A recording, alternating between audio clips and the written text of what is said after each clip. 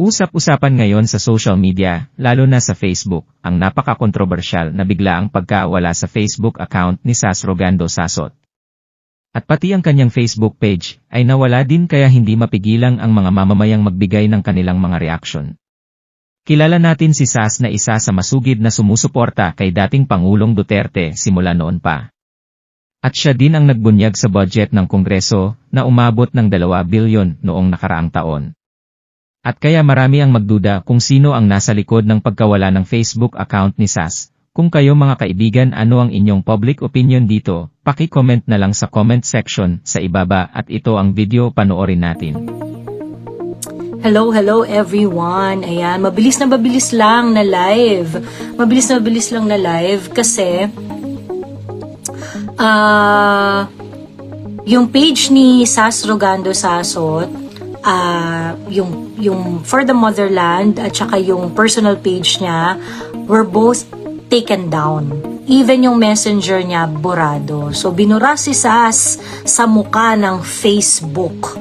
Ayan, grabe na to. And ang mga susunod na katanungan dito ay bakit at sino ang nagpabura kay Sas sa Facebook? I cannot believe that this is happening under the current administration. It's difficult not to think na walang kinalaman dito yung well, at the least nakakairita that nakakagalit na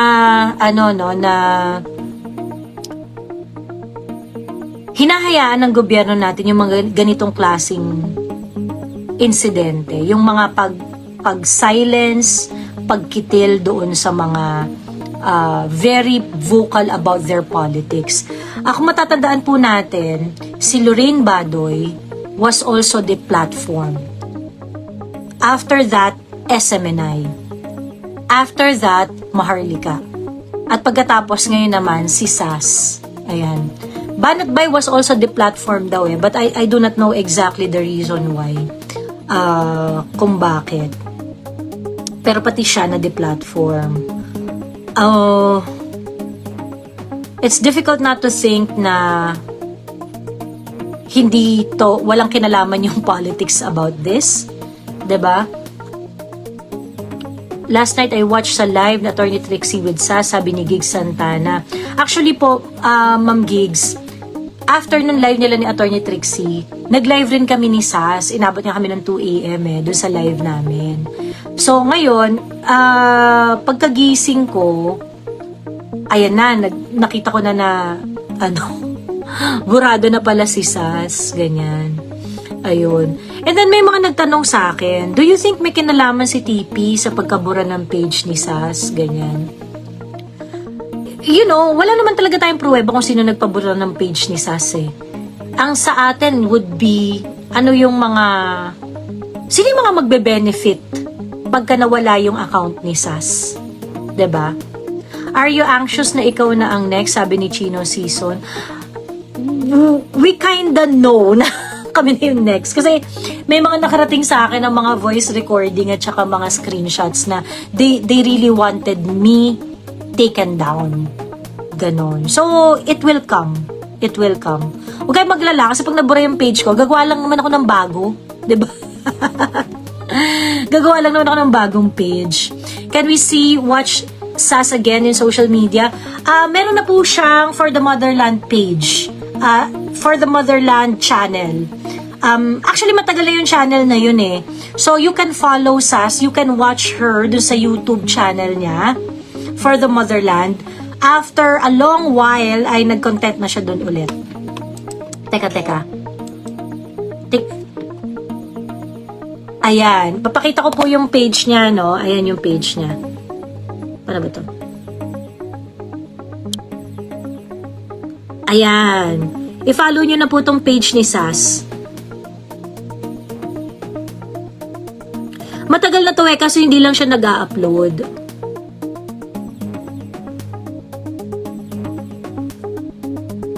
Ayan. So, i-follow nyo na po yan kung hindi pa kayo naka-follow. sa channel ni Sas. So we can definitely see her diyan at magla-live siya diyan. YT, yan. Oo. Sas Rogando Sasot, yung banner niya for the motherland. But yung channel is Sas Rogando Sasot. So ita-type niyo lang yung Sas Rogando Sasot, makikita niyo na yung page niya. Nasa FB ang usapan sabi ni Chino. Totoo. Kaso, alam mo Chino, ramdam na ramdam ko naman yan. Ramdam na ramdam namin yan. Lalo na kaming mga bagong political content creator. Ramdam na ramdam namin na nililimit talaga yung engagement namin, nililimit yung yung mga nagre-re-upload ng mga content namin. 100% mas marami silang views at saka engagement kesa sa amin. Pero kami yung content creator, diba? Ayun, kayo ni Sas and Attorney Trixie lagi inaabangan ko, sabi ni Marcebeni Velasco. Hello Marvin Verino, hello. Ayan, kababayan ko nasa SJDM. Ayan. Miss Joey, gagawa ba ulit si Sas ng FB account? Hindi ko pa alam. Hindi ko nga rin siya makontak kasi sa Messenger lang kami nag-uusap Pakisabi kay Miss Sas, close ang kanyang comment section. Oo, figure out pa niya, pero I'm pretty sure yan. Ma-figure out niya yan soon. Gawa na rin ako ng X just in case. Oo. Meron akong X kaso hindi ako masyadong active dun Ayan. So anyway, yun nga yung mga yun yung it's getting really scary kasi bakit hindi nagsasalita? Bakit when there are some rights that are being infringed, being violated, you expect your government to say something about it. Ang hirap na hindi mag-isip na walang kinalaman yung gobyerno tungkol dito. Because of what happened to SMNI, what happened to other pages, Maharlika, kay Doc Lorraine, pinagbubura sila sa Facebook Si Maharlika, binura lang yung kanyang page na 1 million yung followers. Pero yung Maharlika Baljakera, nandyan pa rin. Yung kay Sas is different. Burado siya sa mukha ng Facebook. Ganyan. And, threaten talaga sila, kaya iniisa-isa na kayong dinidelete sa FB. Nakakaloka ang pag-silence. Correct. I just wonder, Miss Joey, anong masasabi ng mga militar? Marami pa namang followers si Sas na mga men in uniform. I am as curious as you are, Ma'am Gigs. Kasi, alam nyo naman po, nakita natin nag-flex ang muscles ng military men natin. Noong nangyari dun sa pagkakadetain ni Doc Lorraine at saka ni Ka Eric. 'Di ba?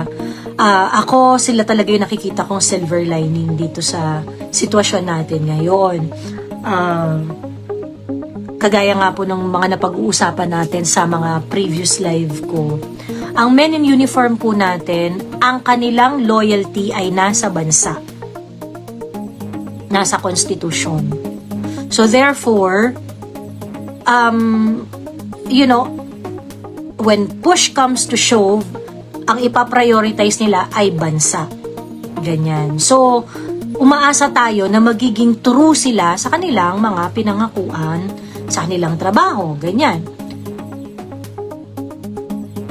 Paano kaya tulad namin, Joey, na nag-share ng mga post ninyo? Ayun nga actually, kaming mga bagong content creator, nare-realize na namin yan feel po namin yan Yung mga nag-e-engage sa page namin, at saka yung mga nag-share, ganyan.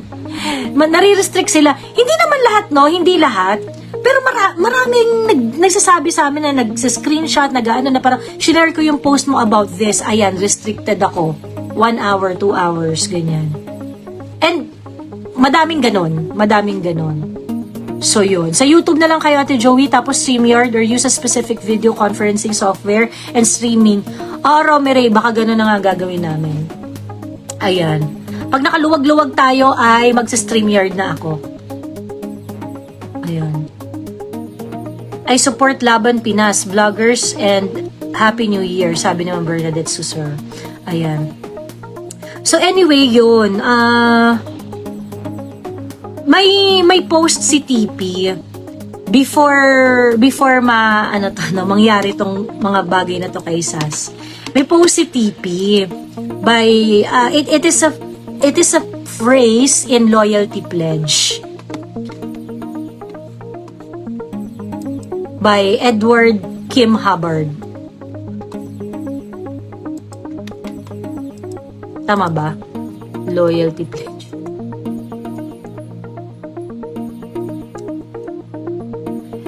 Albert Kim Hubbard. Ayan. Diba? Magagalit sa akin yung mga brothers and sisters ko sa apo kasi sabi ko Edward. Albert Kim Hubbard. Ayun. Nag-post si TP. Ano ko lang Ano ko lang to. I just want you to to think about something. Sa RJ Nieto niya pala pinost. RJ Nieto. Nag-post siya kahapon. Sabi niya, the first high wind that comes along will blow you away and probably you will never know why. It is a phrase from the loyalty pledge of Albert Kim Hubbard. Ayan. Actually po, kasi ako po ay membro ng sorority, Alpha Phi Omega International Service Sorority Incorporated. Ayan.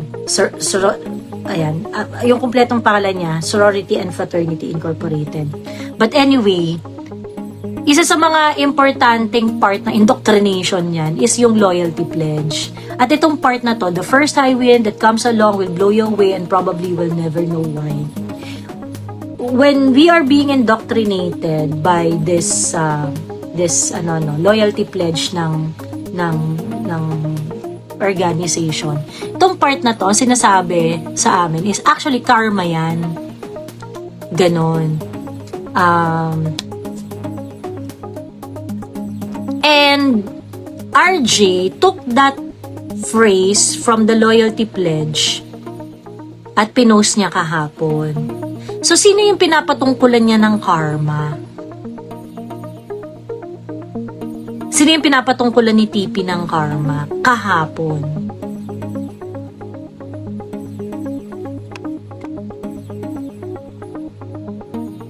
Tapos yung mga kamay ng mga brads at saka sis ko dyan na apo. Alam niyo yung part na yan diba?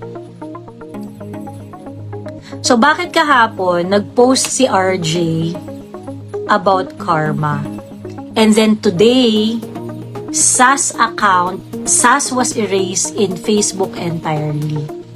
Ayan. Pakita ko lang yung post ni RJ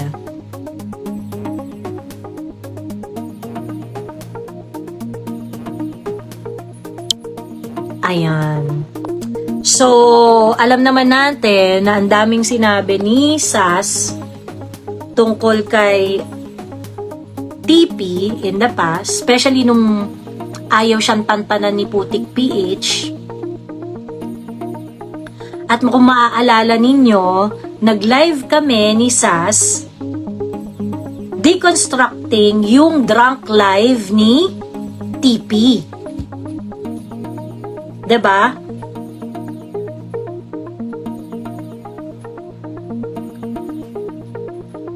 Ngayon, after nung live namin na yun, binura ni TP yung kanyang drunk live. Ayun.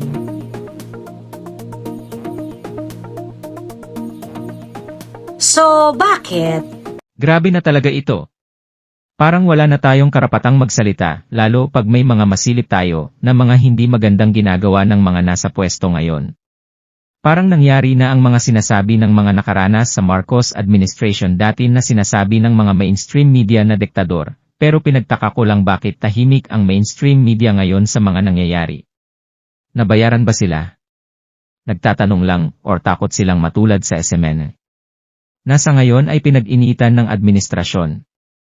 Kayo mga kaibigan, ano ang iyong komento dito? At hanggang dito na lang muna at ako ay magpasalamat sa patuloy niyong pagsuporta at kung nagustuhan niyo paki-like naman mga kaibigan. At see you sa next upload ko. Maraming salamat sa ating mga kababayan Luzon, Visayas at Mindanao at sa mga ka-OFW.